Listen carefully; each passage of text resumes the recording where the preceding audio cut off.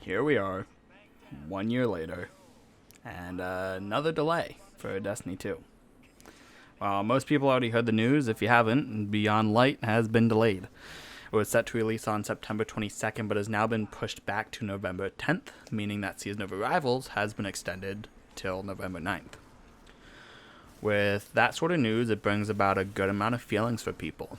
A lot of people are sad or annoyed by that, and I don't blame them.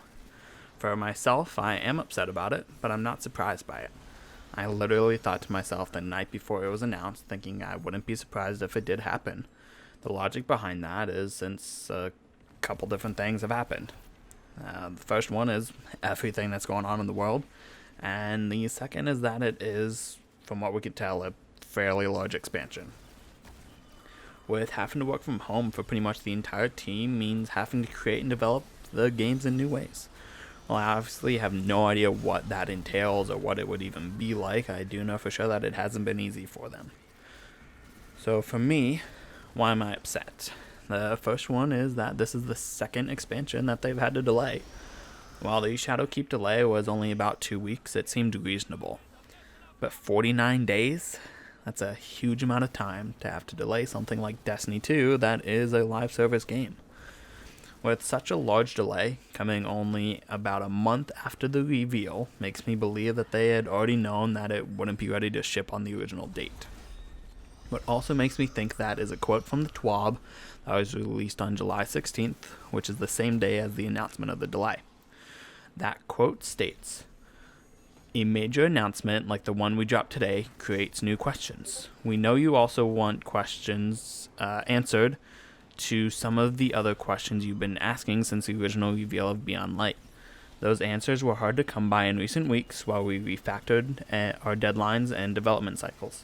The good news is that we now have more time to tell you everything you need to know about how this expansion will change Destiny 2. End quote. People have been on Twitter pretty much since the reveal, asking questions and hoping they would be answered in one of the TWABs shortly after the reveal. And this quote explains why that hasn't happened yet. So what I'm trying to wrap my head around is why announce a date if you know that it more than likely would not actually launch on that, unless if you had a feeling that it'd be super close and just hadn't had that final confirmation yet. What I wish would happen is that since Bungie is no longer bound to Activision's fiscal calendar, which would make them release Beyond Light on that scheduled date, is that they don't give us a set date for fall expansions anymore. And then as the time frame gets closer to the date, let's say about a month before, they finally tell us that official date. Or they could give us a date and give us time frame saying that is more than likely to change due to where they are in the production.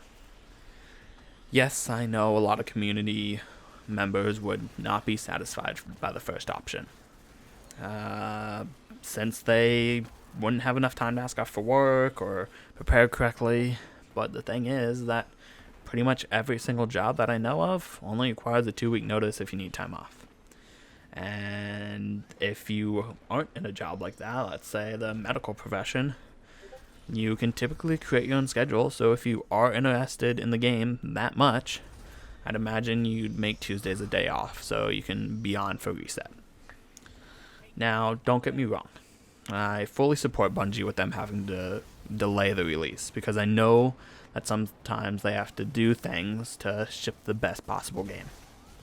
The last thing the game needs is to be released with issues making people not play and have bad experiences. But one thing that I would like to know, and would be okay if they waited until after the release date, is tell us why it was delayed. Be transparent with us and explain so that we can be better informed. That way, if something game-breaking or something fundamental is still being developed or they have to still squash some bugs, we know that. And it's going to make them have a better connection with the community. I think the thing that's going to be the most awkward out of this is the extension of Rivals. The entire storyline is going to be played out by the time September 22nd comes around. And unless if Bungie changes the original date of the quest steps to extend them, like push them back a couple weeks, it's going to be awkward. Right now, the only thing that has been announced for the extension time so far is Festival of the Lost, which is going to be run from October 6th to November 3rd, as well as Moments of Triumph has been extended to November 10th.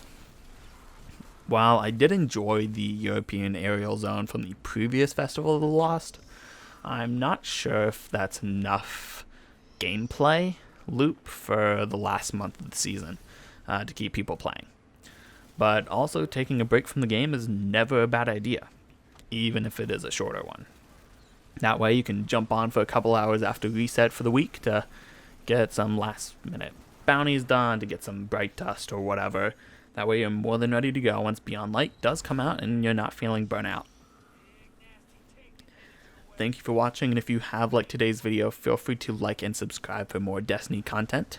I do plan on streaming every Tuesday and Thursday at 9 p.m. over at Twitch. The link will be in the description. I will see you all in the next video, and maybe in the meantime, I'll run into you at the tower. Until then, stay safe.